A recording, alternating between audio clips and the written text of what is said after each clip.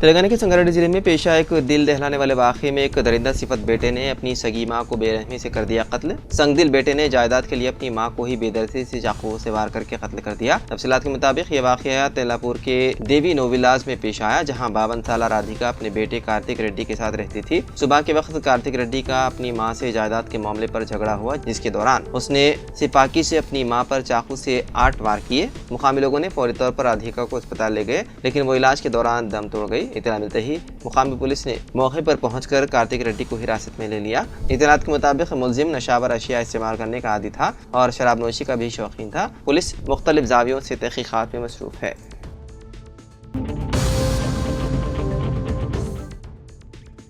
गुजरात के वडोदरा में रमजान के महीने को लेकर दिए गए एक महीने के हुक्म पर हंगामा बरपा हो गया। विश्व हिंदू परिषद का कहना है कि वडोदरा प्राइमरी एजुकेशन कमेटी की तरफ से मुस्लिम बच्चों के लिए रमजान में अलग टाइमिंग का ऐलान किया गया। वीएचपी कारकुनान इस मामले को लेकर मुदाहिरा कर रहे हैं और इस हुक्म को वापस लेने का मुतालबा कर रहे हैं। वीएचपी ने कहा है कि अगर हुक्म वापस नहीं लिया जाता है तो हिंदू तलबा को भी इसी तरह की राहत श्रावण और नवरात्रि में दी जाए।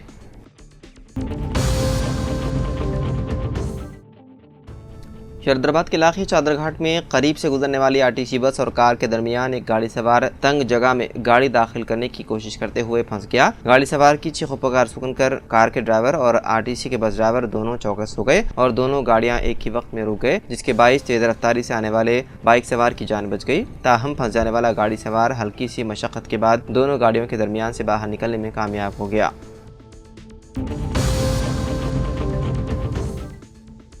शरदाबाद के इलाके सरूनगर में ट्रांसजेंडर्स यानी कि जनखों की फहश सरगर्मियों का इंकिशाफ हुआ है। सरूनगर पुलिस स्टेशन हुदूद में वाक़े पीटी कॉलोनी कट्टे के करीब कंपाउंड के पास कुछ जनखे रहा करते हैं। वो निस्फ शब के करीब सड़कों पर आकर काबिल इतराज़ सरगर्मियां अंजाम देते हुए देखे गए। उन्होंने मुकामी अफराद को भी डराया धमकाया था, जिस पर उन्होंने जनखों की हरकतों का वीडियो बनाया और पुलिस से शिकायत की। पुलिस ने यहाँ धावा करके 10 जनखों को गिरफ्तार कर लिया। मुकामी अफराद का इल्जाम है कि पीएनटी कॉलोनी में ट्रांसजेंडर्स खुलेआम जिस्म फरोशी किया करते थे।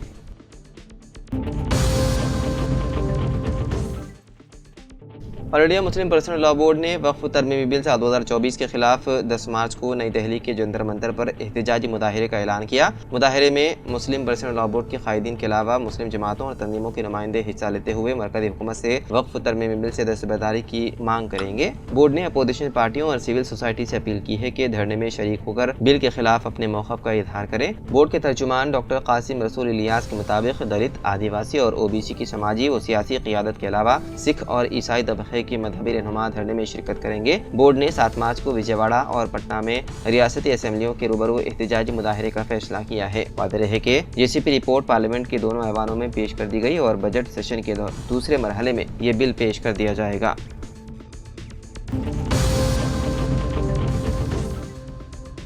हैदराबाद से ताल्लुक़ रखने वाली खातून लक्ष्मीबाई जो अपने बेटे से मुलाकात के लिए अमेरिका गई थी, एयरपोर्ट पर कल्ब पर हमले की वजह से फौत हो गई। लंगर हाउस की रहने वाली 70 साल लक्ष्मीबाई अपने बेटे के पास चंद दिन गुजारने गुज़िश्ता पीर को शमशाबाद एयरपोर्ट से अमेरिका रवाना हुई थी। वो मियामी इंटरनेशनल एयरपोर्ट पहुंची और एक डोमेस्टिक फ्लाइट लेने वाली थी। ताहम एयरपोर्ट पर ही अचानक उसके कल्ब पर हमला हुआ और वो गिर पड़ी। फौरी CPR के बावजूद खातून बच नहीं पाई और फौत हो गई। चंद दिन कबल उसका बेटा श्रीधर अमेरिका से हिंदुस्तान आया था, महाकुम गया और वहाँ स्नान के बाद वो अमेरिका वापस हो गया था। उसने अपनी वालिदा को अमेरिका बुलाया था। ताहम एयरपोर्ट पर ही इस खातून की मौत हो गई, जिस पर अफराद खानदान में गम की लहर दौड़ गई। नाश को हैदराबाद लाने की कोशिश की जा रही है।